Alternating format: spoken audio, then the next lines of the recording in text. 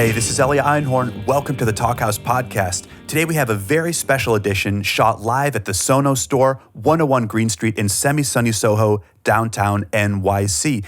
This is an edition celebrating New York, celebrating Sonos' birthday, and celebrating the release of Lizzy Goodman's new book, Meet Me in the Bathroom, Rebirth of Rock and Roll in New York City, 2001 to 2011, out now on HarperCollins. Lizzy is our guest. Joining her, we have Kyp Malone, he of TV on the Radio and Ice Balloons. We also have Brian Chase of the Yeah Yeah Yeahs and Beach Creeps. Now, the book includes interviews with over 200 people. There's Vampire Weekend, LCD Sound System, the Yeah Yeah Yeahs, the Strokes, all of the names you know. There's also managers, groupies, models, movie stars. To kick this off, let's have two people who lived it. Hey. Hello. Hi. What's up, guys? How's it going? Pretty good. Yeah. How are you? I'm good. I was just looking at Thurston's tape wall and thinking about cassette tapes and the passage of time. So, that's all. Yeah. Just a little contemplating of From real music to real. history. Yes, from real to real. That's good. How are you, Kyp? I'm good. Good. So I wanted to talk at the beginning. I think I'm very interested to hear about what you both are working on these days. We're in New York City, the sort of epicenter of culture in a lot of different ways, and certainly the epicenter of the beginning of you guys' musical experience, at least as far as many people know. But there's sort of the tendency to look backwards, but what about looking forwards right now? Like, what's going on for you creatively these days, Kyp?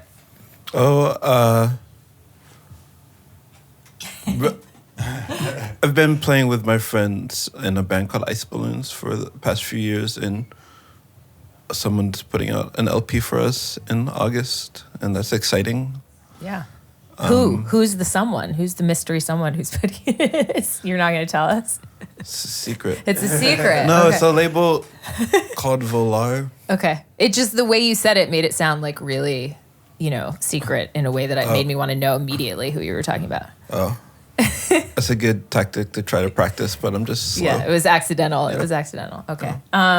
Cool. How long have you guys been, it's been a few years, but what was the inception of this creative project, and what makes it, like, how do you know you have a thing that is now a new band or a new musical entity? Oh, it's funny. It doesn't feel new to me at all, but it's still super fun. My friend Sean Kennerly started it. He's had a ton of bands and plays in a bunch of bands, and he wanted a performance-oriented band with no guitars. And so he invited a bunch of friends, and it's been kind of modular, and that there's been a bunch of different people associated with it. And especially on the side of whether it's like the performance, like dance side, or the electronic noise side, you can switch people in and out. Cool. Kind of modular. Yeah. Yeah. So it also just stays new that way, but also because it seems new compared to a relationship that's been like 14 years with TV on the radio. Yeah.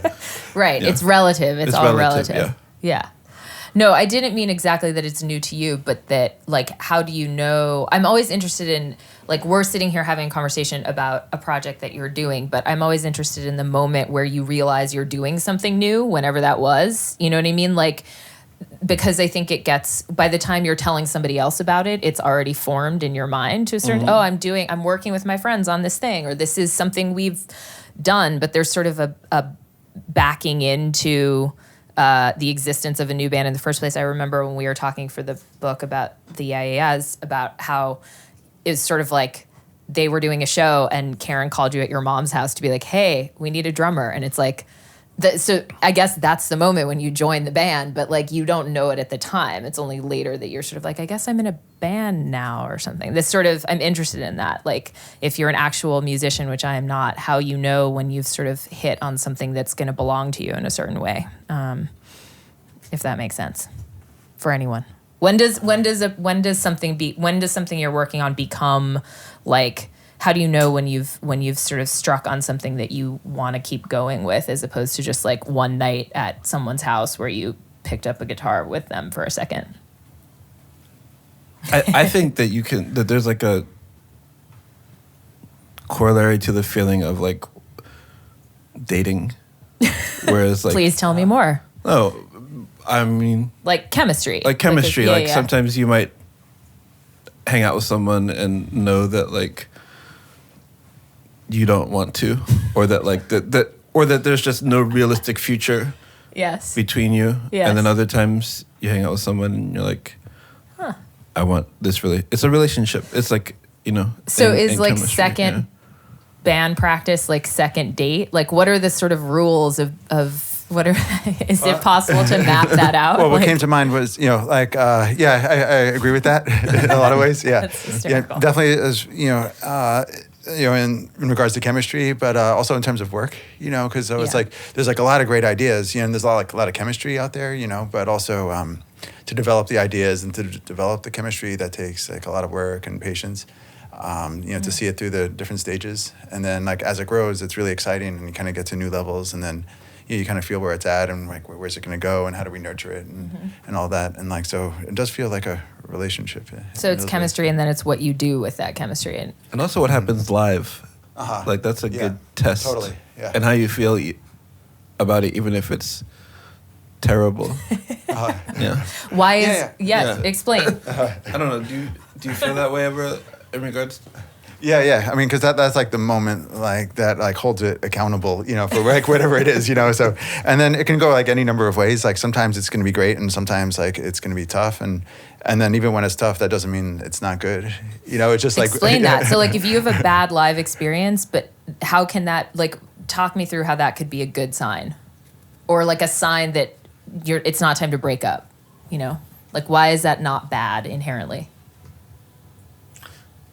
I mean, it's inherently bad. It's public humiliation is inherently bad.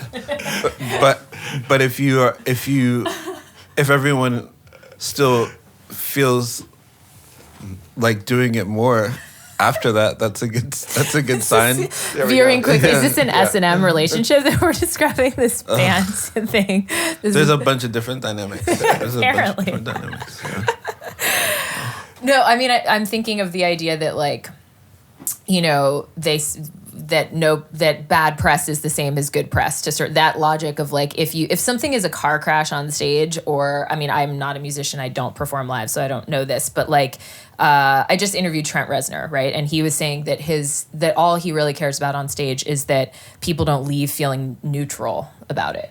And on some level, I think that he doesn't leave feeling neutral about it. So if it's a total shit show or it's amazing, that there's still a kind of reaction happening that is potentially valuable, even if it's terrible. So that's what I thought you meant. But maybe you're just talking about a kind of humiliation that is, worth returning to if everyone agrees. Yeah. Yeah.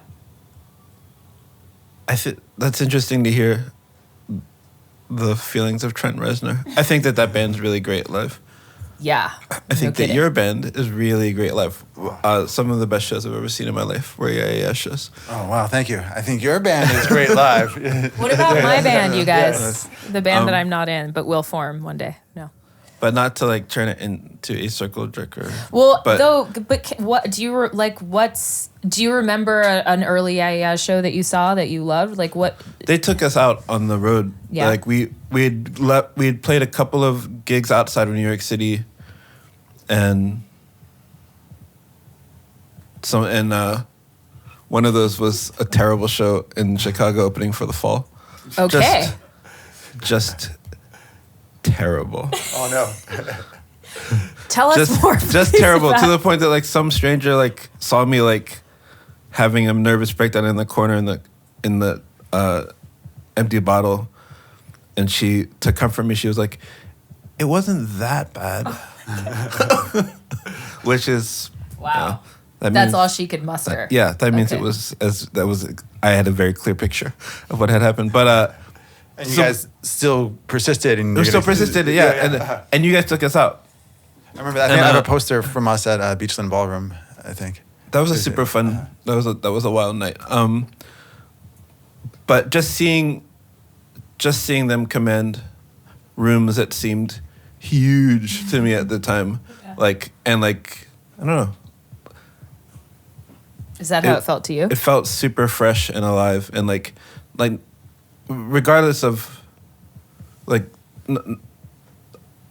want to say with modesty that like none of us were reinventing the wheel. Like it was rock and roll. It's rock and roll, you know. Yeah. But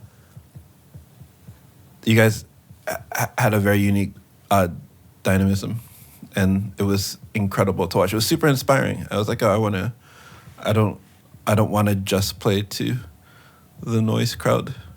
I want to see what else can happen. Yeah. Cool. Yeah, those are exciting times. I think new for all of us. Just like playing these like bigger stages and like different crowds, and everything. Yeah. Do you remember those shows as feeling like you could command that room? Like, or, I mean, you know what I mean? Like when you're the person actually doing that, it might seem like you're able to do that to an outside observer, but maybe doesn't feel that way, but maybe it did. I mean, how did it feel in the tour that you're describing? Like, were you aware of Yaya's power at that point? Well, we were learning, kind of, yeah. On the job. Learning on the job. Yeah, definitely. Yes. Yeah. Rock and roll. So, and that's what tour is for. Mantra. It's on the job experiential learning. Yeah. So, yeah. It's an internship. It's a rock internship. Your first tour, yeah. Yeah. Yeah, definitely. Yeah. Yeah. So, definitely. Yeah, going through it, for the first time and feeling it out and amazing to do it, with close friends, I feel like you guys were really good. I'm scared. I want to talk to this woman who had to comfort you and find out really how. I've never seen TV on the radio perform poorly. I'm proud of the work that TV on the radio has done together. I feel like we need a couch of some I'm kind. proud of it. I'm proud of it, and I think that our filter is different from other filters, for what rock and roll is. Yes. But I feel like when we're killing it, like it feels great, but we definitely don't always and haven't always, like, we have a pretty good track record, but like the bad ones really stand out. Okay. That's just. What do you think your average is? Like, if what's your average? I can't do that because I don't have a math or sports brain at all. Yeah. Say that you've played in total 10 shows as TV on the radio. How many? Thank you for breaking it down to a. It's really sad if I have to do. I'm a person who leaves just, whatever number comes to my head on every check. I can't do that. I would say 7 out of 10. 7 out of 10. That's a very low C, high D. I don't think we need to apply it to that kind of standard. I'm just, the 10 is a loose metric that has nothing to do with school or grades. Okay. Let's not even go there. 7 out of 10 is good. In baseball, that would be very good. But then, I don't know if you've had this experience, but and I don't know, we need to stay in this topic of conversation for the entire time we're talking. Definitely. But where you maybe are on like a very long tour, and at a certain point, you're kind of over it, and you're like maybe feeling guilty about phoning it in, and then someone comes and tells you that it was like a religious experience for them, and like you have to trust. Trust people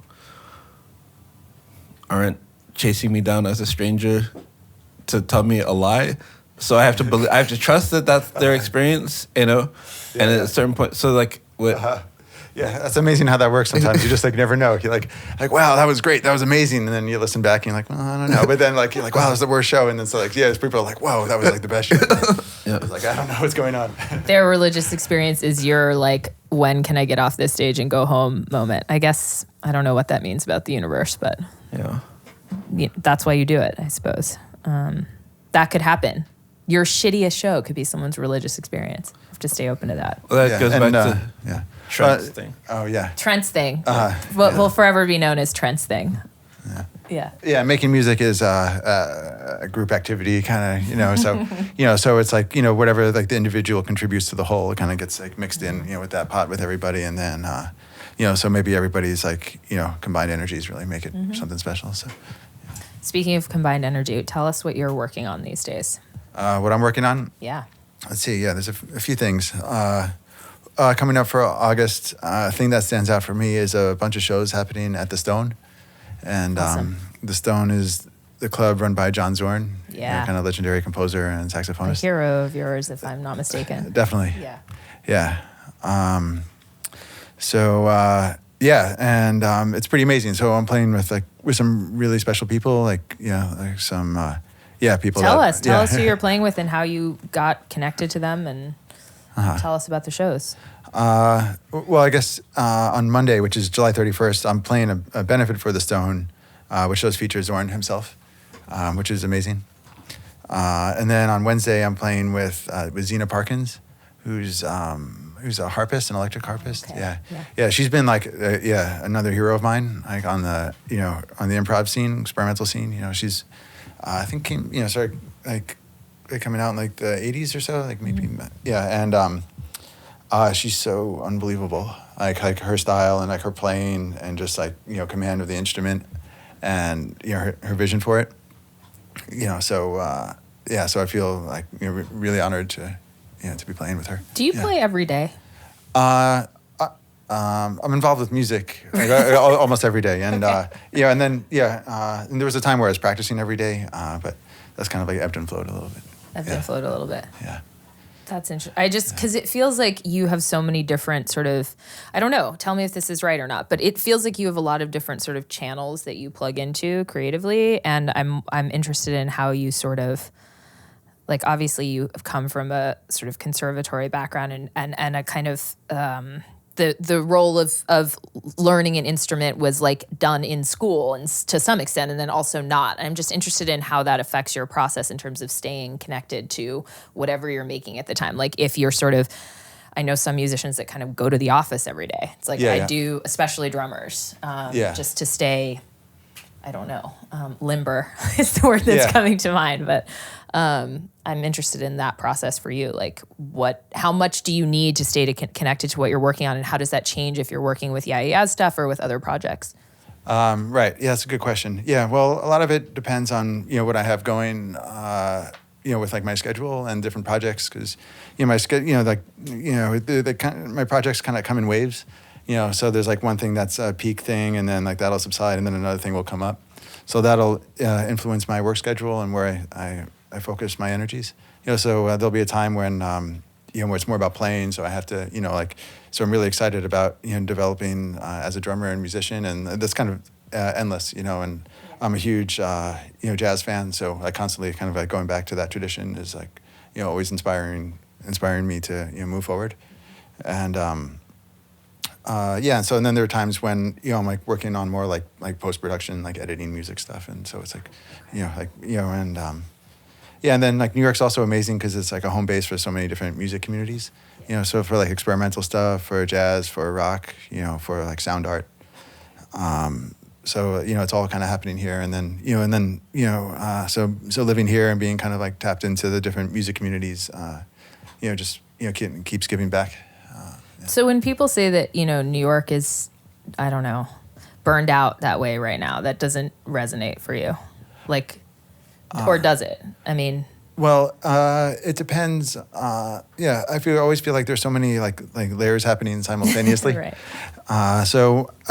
New York always has amazing music and art going on, like no matter what. Like it's always there and it can always be found. But from some perspectives, it's not there. So I think in those cases, people are looking through like a more with a more narrow scope. Mm-hmm. So if people expand or kind of like shift a little bit to like one side or the other, then they'll find great stuff going on. Yeah, you have to look. Do you live here? Do you live here full time? Yeah. Yeah. It's okay. We can say it. Yeah. It's like yes, I do. And how do you feel about the sort of tenor of the city creatively these days? I think that I don't know that I have the best gauge because I'm less willing to to really dig right now.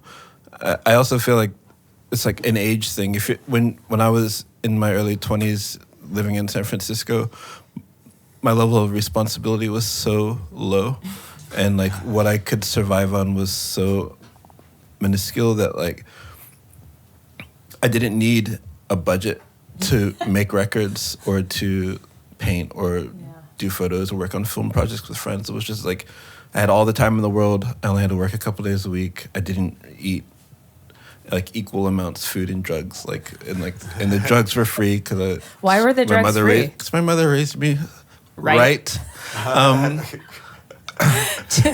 You were a hustler. Just you don't want to.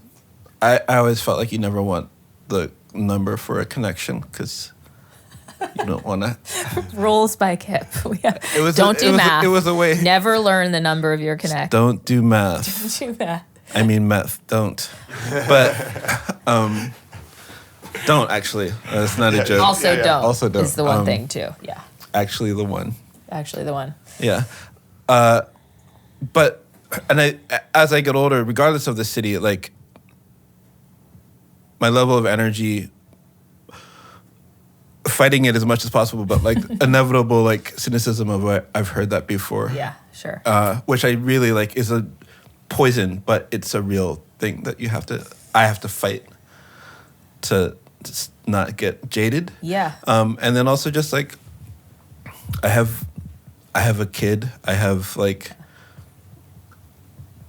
my time also is like my level of interest is like expanded, and I'm looking at different things and paying attention to different things, but I say all that to say that like I'm sure that there's still things happening here, but also the city is immorally expensive, and it's in no way looking to support artists. Like it's not interested. Yeah, that's really a good way of putting it. Yeah. I think.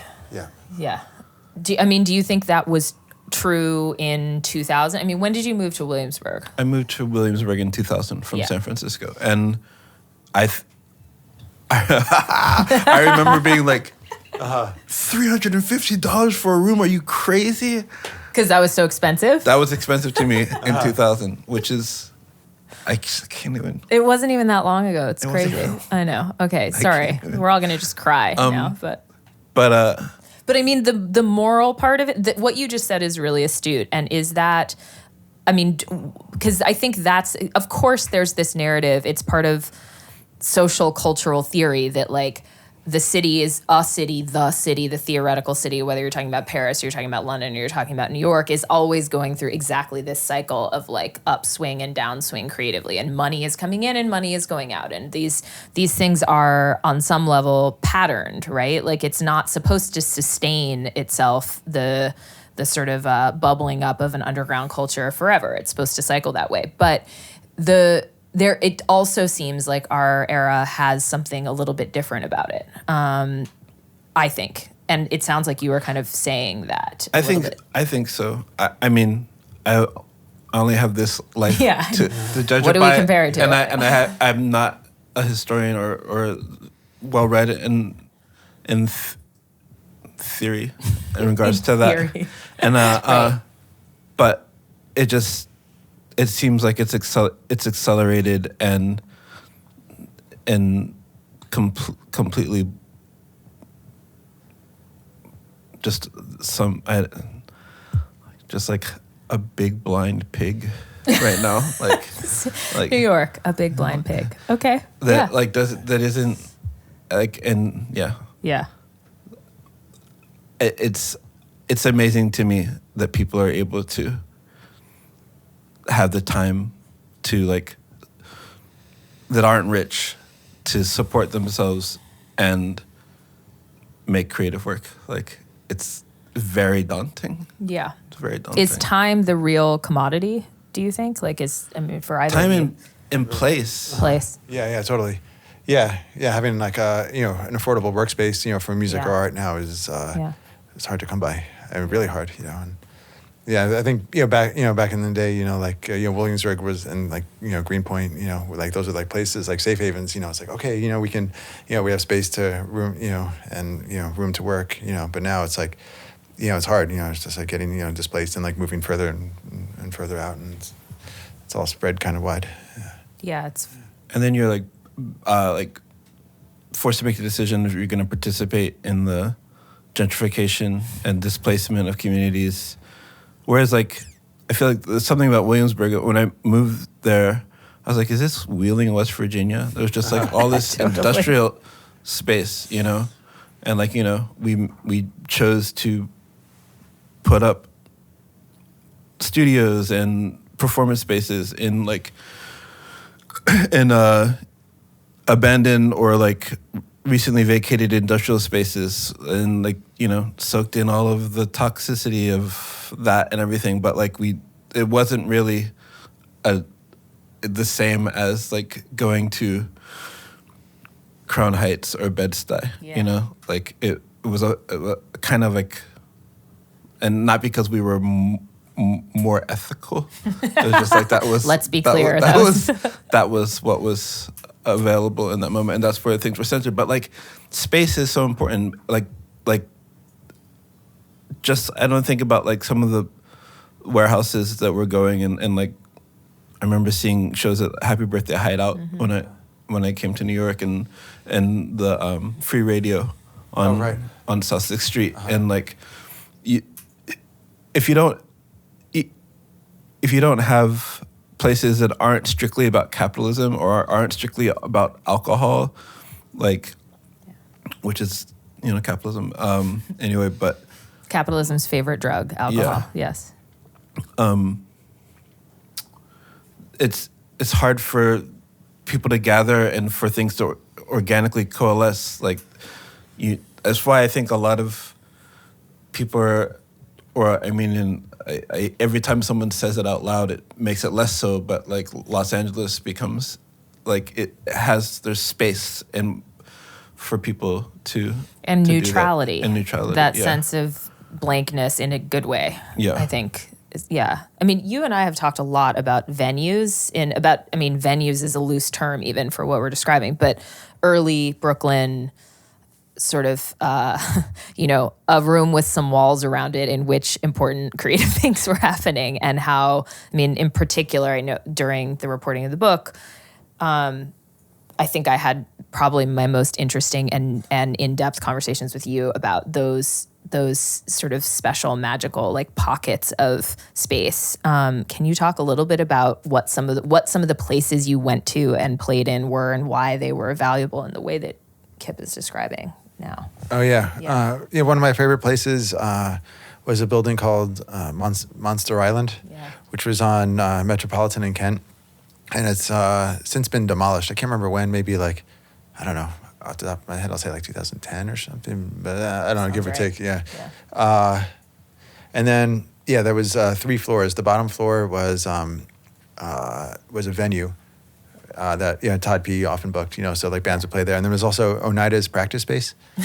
Their practice and recording space, and they did a lot there. And I'll take this time to give a shout out to Oneida, because like as far as like Brooklyn music, I think they haven't gotten as much credit as they deserve, because I think when all of the the bands were coming up in 2000s, and so Oneida was doing it in the late 90s and everything, and I think they were like, for me, like they were the band that really got the Brooklyn DIY scene on its feet, with venues and bands and shows, and they also worked with this promoter team called the Twisted Ones, and the Twisted Ones were like we're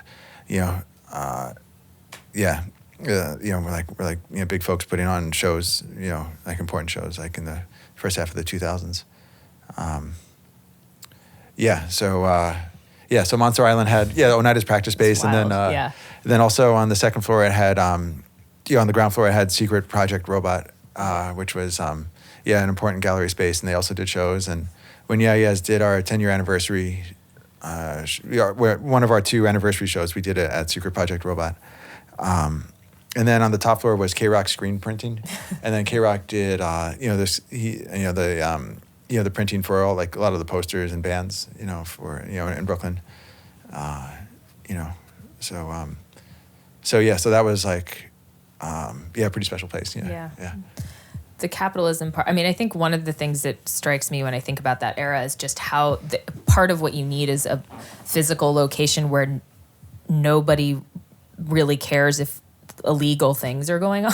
Like that's as basic as it kind of gets. Just in terms of what are the sort of ingredients that you need to allow for kids to have the space to misbehave. I mean, part of it's easy to say, oh, money is this, has this sort of bleaching effect on a community. And like, yeah, okay, but what about it? And one of the things about it is regulation. Like just that I try and think about what it would be like to be in some of those just totally, I mean, there are other ones that I'm thinking of more in particular, but like shows I saw at places I couldn't even find again that are just like, and the floor is collapsing and it's sort of like, there's literally no stage and it's not really a house party because it doesn't seem like it's somebody's house, but what even was that? I mean, in the East Village even, I remember going to stuff like that. And it's sort of just, whenever I look back on that at 20, I didn't care, but now it's sort of like, why can't that happen right now? I'm sure it is happening somewhere and probably in this city too, but part of it is like someone would notice and call the government and be like,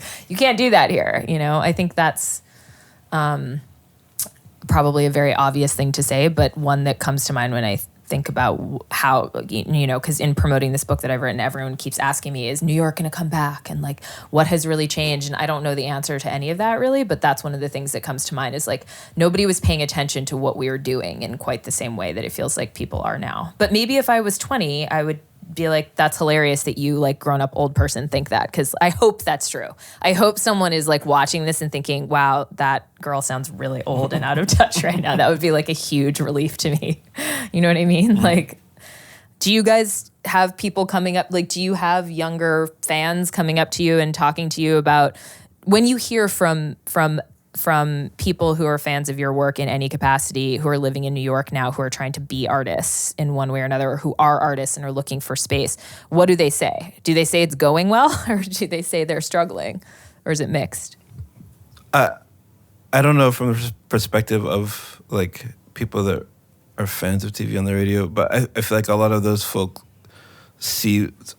became cognizant of what we were doing by way of broader, more established media channels and purveyors. And so to them, I think it's locked into some idea that's also like mixed with like America's Got Talent kind of vibe or something. I mean, it's like I really want you to elaborate on that. Well, it's just like like some kind of like, if someone comes to know you now inside of, I don't know, like there's a bunch of like, to me seeming less organic modes of getting to be a musician, and I feel like that's a lot of people have come up with that. If you didn't have access to a scene or something, like a physical scene, yeah. And also just the nature of like where music is. I'm talking out of my ass right now, just to be totally it's sure. Going but like, very well. But this is what I feel like it really seems to me like if popular music is like a producer making beats on a laptop and someone singing over it, like it just doesn't require the same. It doesn't require the same infrastructure or community, and like that, and that's. I feel like there's a lot of that, and a lot of people that I talk to say that that's their vibe, and that's their vision of that they have a marketing plan before they have like an organic relationship with another band member or something like that. Because I also like something that like from my perspective, and I know that there was definitely people with grander ambitions than mine, but like what was happening and what I saw happening was like, this is great. This is super fun, but like I didn't think that it was going to be whatever it was. Like and I don't think most people that were involved in it saw that it was like going to become something that like labels and different things were going to start like farming and that we would be like dominating the festival circuit Right. Brooklyn would be dominating the festival circuit for a stretch of As years. like an and idea. As an idea. Brooklyn and bands. Yeah. And because we'd all come up with I'm speaking for a varied group of people, but like inside of like indie scenes and punk rock scenes, and like not like it wasn't about that. So it's like it's almost like happenstance that it turned out that way. So it's hard to explain that to people that didn't have that. Yeah. I think Kyp brings up a really crucial point, which I think kind of like sums up a lot. Is that like delicate line of like self-consciousness. Because like at the time the main point of all of this really is the music. And for it's for people to like have fun making music, and for people to be original and independent. And to do to do their own thing, and to do that, and it's like, looking, back now, there's this notion of like success, so it's like you throw that in the equation and then you're like, what? It's like, it's kind of like antithetical to creative productivity. But for me, it's like, but now we can kind of talk about it. And I think that's what's cool about your book is it really shows the link between, like all of our bands kind of doing what we want to do, making new music for the fun of it, and then kind of showing how that path led to breaking through to wider audiences, and it's pretty remarkable. And each band has its own story, and it's amazing to read your book and to and to know each band's personal histories and Thank you. That was a cool part about reporting it, was realizing that sort of almost unbeknownst to each other, like whether it was the DFA kids or you guys or Interpol or whomever, that independently all these people that might have known each other from being in bars together, but basically were not in the same scene, so to speak, as one another, we're all independently going, it's boring here, nothing fun is going on, we need to make. There's that famous notion that begins all great art, which is like, I want to hear something that I can't find, so I'm going to have to make it myself, right? And so, I mean, what was really exciting when I was doing all these backstory interviews with all these people whose work I'd loved, but had never sort of attempted to put together that way, was like, wow, they were all saying that. Like Karen was saying that, you were saying that, you guys were saying that, and just that sense of whatever was shared.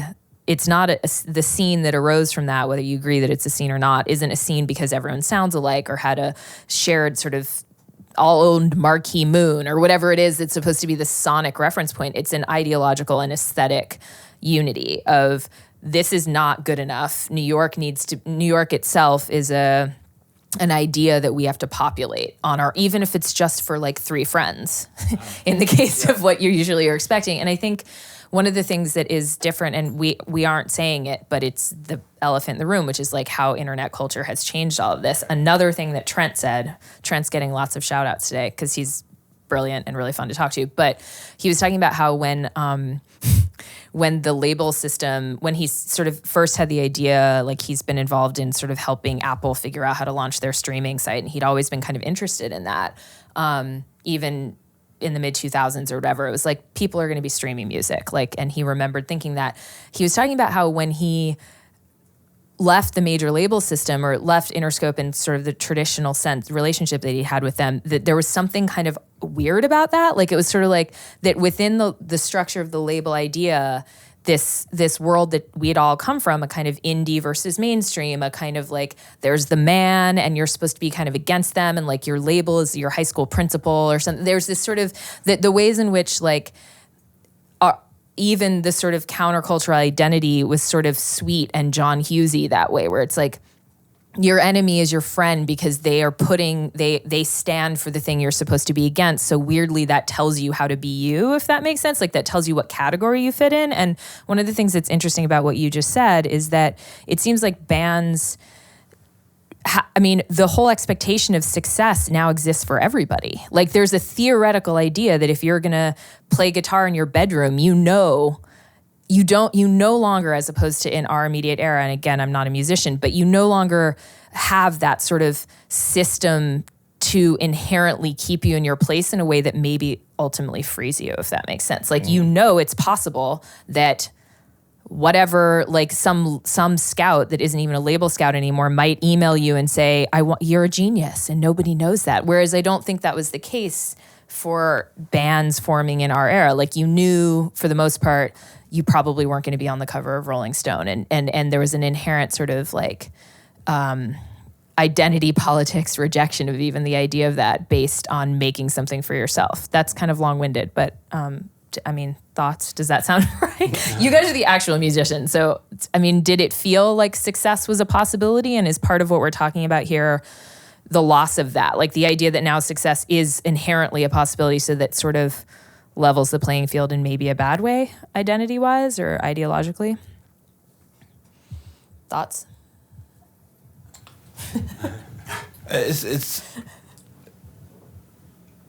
I definitely like to, in all honesty, when I heard the roughs of the Young Liars EP and like the process of it being recorded, I was like, oh, this is definitely going to please more people than the abrasive stuff that I am interested in making right now. And so like it was when I got invited to play with TV on the radio, I was like, well, this is something that was clear to me. It was just like, this has a chance at like a more widespread success than a lot of the more out there stuff that I was doing. Hats off to Iran and Fall in Love, two of my favorite musical projects ever. Hats off.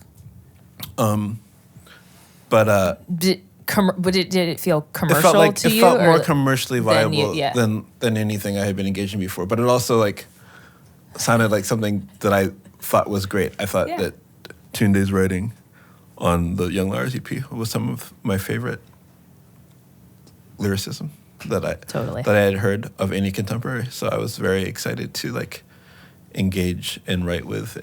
But was there a part of you that was like, well, wait, I am not a person who's in, like, this is a risk on some level because it might be liked by too many people? Yes, but then also like, I don't know. It was also exciting to be doing something that was like, I also like have in my mind the idea of like what was for our generation classic rock and like popular rock. There was definitely like garage scenes in the 60s and like what, you know, the VU wasn't considered the great band that they were when they were making music, but there was also popular music at that time that was good music, you know. Like, we know who Nina Simone was because Nina Simone played around the world and was a celebrated musician. Yeah. Like, we know there's so many, like, the Coltrane, like there's, like, so many things that were, like, pushing the boundaries of what was, like, popular music. So the idea to me that, like, something I didn't have the thing in my head that, like, something like ew or I had it a little bit, but like I also knew that it's possible to like do something psychedelic and real and have it be something that a lot of people got to hear, you know. But I don't know where that Brian. No, Tell us well, your that's pretty amazing about it being like psychedelic and real and like people hearing it, you know, because I think that's like because I was thinking about this today and thinking about the time period, you know, and like like it's TV on the radio and like the bands from your book and about the idea of it being like more like accepted by the the mainstream, in a way we're more popular. I wouldn't even say we're popular, but like on the popular side, we're on, definitely alternative, Yeah. But I like to think of it in the broader sense of like from the perspective of the general public, and how like the general public like really feeling like like ready, being like thirsty for. These kinds of sounds like something like psychedelic, but also fitting into more of like in more like a pop context, more like song structures, and having Karen as like a really strong character and like a bold woman, like right there, it's like so people like thank you, and then like how that was kind of happening on a larger scale was really awesome. And that hunger for something to be less boring was not just localized to like it turned out evidently that a lot of people were feeling the need for that in a way that has played out. And sorry to interrupt. No, please. No, I think to go back to your questions of success, and I think that kind of comes from people's perspectives and where they place emphasis on themselves, it's crazy with like social media, like everything feels so much more accessible today. It's like you have all of your favorite, pop stars on Instagram and like Twitter, so you can, it's like so close and so far at the same time, so it's like, as like a, young musician, it's hard to figure out like one's place in that, I imagine, but if the emphasis is placed on, success and following, trends and all this thing, that's a very dangerous road, in a lot of ways. So, but I think what really like stands out, for music, with like integrity is like, is like that connection to one's own self, really connecting to like a, deeper place and, something, that has, values that really, that speak up in a good way. I think that's what I love in Yaya's music is, it's like kind of like, that passion, that we have, and we really love what we're doing. And, but, also at the same time being like really excited, musically, by the sounds that we're making and all of that, and the same thing, with TV on the radio, it's like, sonically, it's like, so interesting, and the songwriting is so good, and like everything is like, really smart and passionate, so.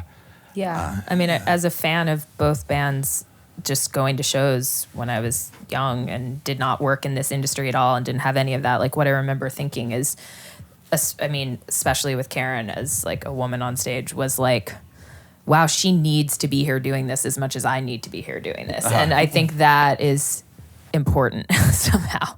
It's what you're talking about where's the inception for this really? Like, where's it coming from first? Is it coming from an expectation? And when you inherently know, this isn't a knock on younger artists, because like when you inherently know all day long from visual cues from the internet and all kinds of things about how something could be received, it warps, it inherently gets into that process. Like I knew Karen she had to do this, it was like, or she couldn't live, and that's how I felt, and so it felt communal in that way. And for TV on the radio too, for sure.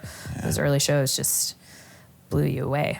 So it's and the later ones, but especially when I was that age. But it's weird. So like we were talking about communities because that's essential. Because I think like in your book, you were talking. It's all about community, and just like being part of a scene and how that leads to other things, So, but it's weird now that there is this like internet community and it's like online. So, but there needs to be like a heavy filtering process, with that, I think, so because people really need to stand out as individuals. So it's like so some stuff that like people hear is gonna be good, but a lot of stuff is not. So I think it's easy to get overwhelmed. Overstimulated and kind of understimulated at the same time. Cool. I'll just Hello, sneak sir. between you guys and awkwardly this? perch. Again, I'm Elliot Einhorn, host and producer of the Talkhouse podcast. Kyp Malone, Lizzy Goodman, Brian Chase, thank you so much for joining us today here at Sonos. Thank you for having us. I have one question. If we could just get a quick answer from each of you. So much of this conversation was based on these sort of, to use a cliched term, the sort of heady days, 2001 to 2011, that you focus on in Meet Me in the Bathroom, and sort of the magic that was there. And we touched upon these issues that have become very, very serious in New York City life. And when I say New York City life, I'm including all 5 boroughs here. So gentrification, a huge issue. The cost, just the financial cost of living here, a huge issue. But I want to ask you guys, as New York lifers, what keeps you here? Brian, we'll start with you, man. Well, for me, I'm definitely involved in a lot of different music scenes. So especially for the experimental stuff. This is kind of like home base. Yeah, and also So and family too. So yeah. I live upstate now, so I don't live here But anymore. you told me you're coming back. I think I'm probably moving to LA. See, when you said that, I'm just like, for the reasons you said. I mean, I moved upstate because I couldn't hear myself here anymore. But I will say, I don't know what I'm doing in most ways, but I will say that I think my relationship with New York has been vastly improved by taking time away from it. So like now when I come here, which I'm here all the time, I really enjoy it, and I do feel inspired by the city again in a really a genuine and sort of like easy way. So everyone who lives in LA that I know, they all still think of themselves as New Yorkers who are sort of like temporarily living in Los Angeles for a decade, So that could be me. Stephen Merritt of the Magnetic Fields just, moved back a few years ago after 6 or 7 years out in LA and said the exact same thing. Yeah. Kyp, what keeps you here, man? I have a teenager who is in school on the East Coast, and that's why I moved here in 2000, was because I was having a child with someone who was not coming back to California. But my teenager is almost grown, and I don't know that I'll stay. But I will say that I feel safer in New York City than I feel anywhere in the world. Definitely anywhere in America. There's even as my neighborhood gets like financially and racially monocropped, the rest, there's still so much of Brooklyn that is like international communities, and like I don't want to get in the mindset that there's no other place, because it's very easy as a New Yorker to think that this is the center of the universe. I know that happiness and community is available, and the potential for that is available everywhere, but especially right now with the political and cultural climate of this country, New York City. Yeah. Hey, fucking man. Listeners, watchers, make sure you check out Beach Creeps. Make sure you check out Ice Balloons touring the States and a few European dates, I believe, coming up just next month. And make sure you read Meet Me in the Bathroom. So much of what we've been talking about is in there, and there's so much more. Happy birthday again to Sonos. Thank you so much to the flagship Sonos store for inviting us here to celebrate their 1-year anniversary. And I just want to say this. Companies like this are really keeping shit awesome here in Soho. If you come in, we have a Thurston Moore mural, tape wall here. There used to be a Rick Rubin mural. Now it's been replaced by ASAP Yams, something you touched upon about how communities are moving into different areas, and important art is coming out of different areas again. And I just want to say, if you want to come check out some records, come down here, 101G. This is the room where we've recorded talks with Kathleen Hanna, Meredith Graves, DJ Premier, Prince Paul, The Flaming Lips, Wayne Coyne, Todd Barry, Chris Gethert. You can check all those out on the Talkhouse's YouTube channel. You can catch us on Twitter, Instagram, Facebook. Just catch us. Thanks so much.